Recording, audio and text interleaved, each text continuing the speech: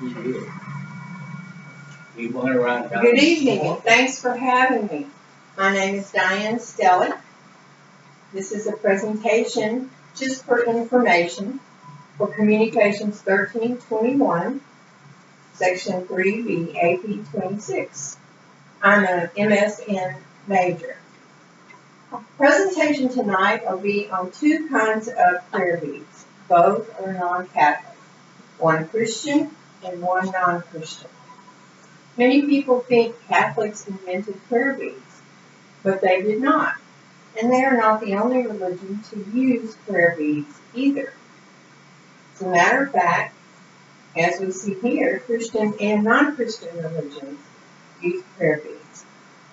The purpose of talking to you about these is so that you might come to recognize beads as a legitimate means to meditation and contemplation in prayer and to help your spiritual life. And also, when you meet people of other cultures, you have something to discuss without judgment and learn from them. Prayer beads have been in use since about 800 BCE. Deborah Kuhn, in her article on the Japamalas, notes that day that Hindus first began using this prayer bead, shortly followed after the Buddhists. On the 108 beads, the same prayer is said all of the time. It's called a mantra. Mantra just means you repeat yourself and repeat yourself, and the purpose is to clear your head of the day's stressors and the thoughts entering into your head from today, so that you can get an inner consciousness and become closer to God. So the mantra is said on all of these. 108 is the sacred number in the Hindu religion. 108 sacred geographical sites and 108 sacred body sites. These are Anglican rosaries. They're said by Episcopalians and Anglicans. They weren't invented until the 1980s by Reverend Lynn Bauman, who's an Episcopalian minister. The website Prince of Peace Episcopalian Church has much information on these, as does a website called the Apostolate of the Anglican Rosary. That one has details on how to pray this bead.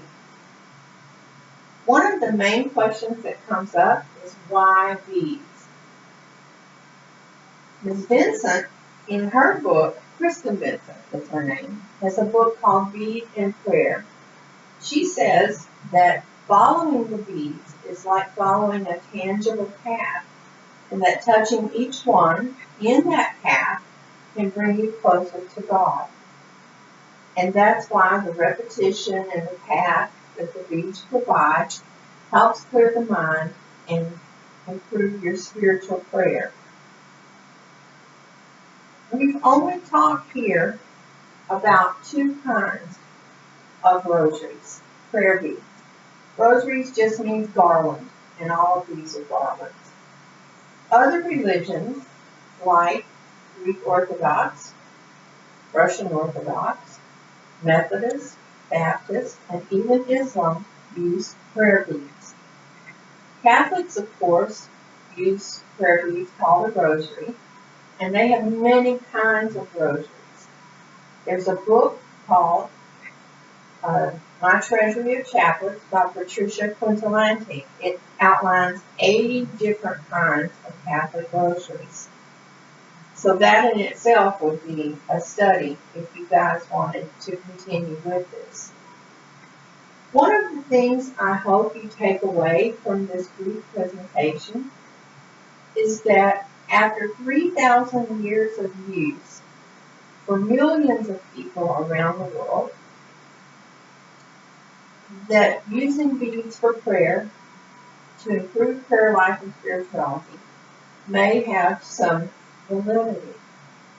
In fact, Ms. King, in her article, says 2/3 of the people in the world use prayer beads. So after 3,000 years, it may be true that using beads can help one in their prayer life. After the cameras have gone, we'll take these down and look at them and have an informal discussion.